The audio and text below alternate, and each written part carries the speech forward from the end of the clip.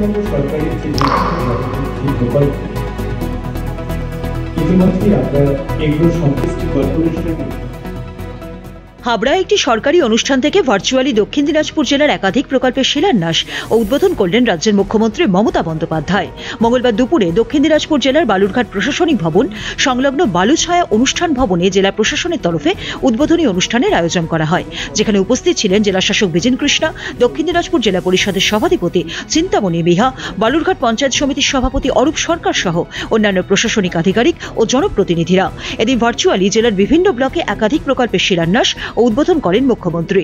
পাশাপাশি জেলা প্রশাসনের পক্ষ থেকে বিভিন্ন সরকারি পরিষেবা প্রদান ও সরকারি প্রকল্পের সুবিধে উপভোক্তাদের হাতে তুলে দেওয়া হয়। এদিন মোট 13টি প্রকল্পের উদ্বোধন ও 7টি প্রকল্পের শিলান্যাস করা হয় বলে জানিয়েছেন জেলা শাসক বিজেন কৃষ্ণা।